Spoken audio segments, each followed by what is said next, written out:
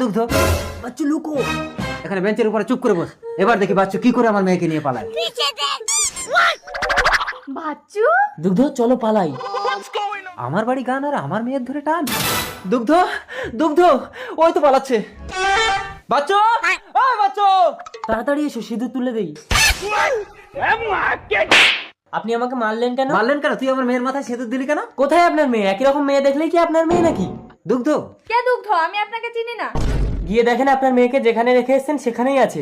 চালাকি, চল আমার মেয়েকে সেখানে দেখাবি। আরে কি করছেন? কলার ছাড়ুন, সবাই দেখছে। ঠিক আছে, আমার মেয়েকে যদি পেয়ে যাই তুই আমাকে পুলিশে দিবি, চল। তুমি এখানে থাকো, আমি আসছি। আমি মুতবো। মোতার নাম করে তুই পালাবি না? তোর চালাকি আমি জানি না, চোখ বন্ধ করেছি, এখানেই মত।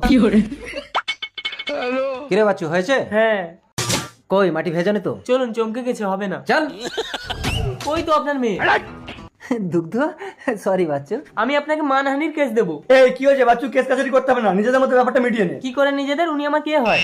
বাচ্চু, তুমি তো আমার মেয়েকে বিয়ে করতে চেয়েছিলে, বিয়েটা করে নিলে তো আর কেস কাছারি হয় না। তাহলে ওই মেয়েটার কি হবে? ওকে তুমি ছেড়ে দাও। কিন্তু আমি তো সিঁদুর তুলে দিয়েছি।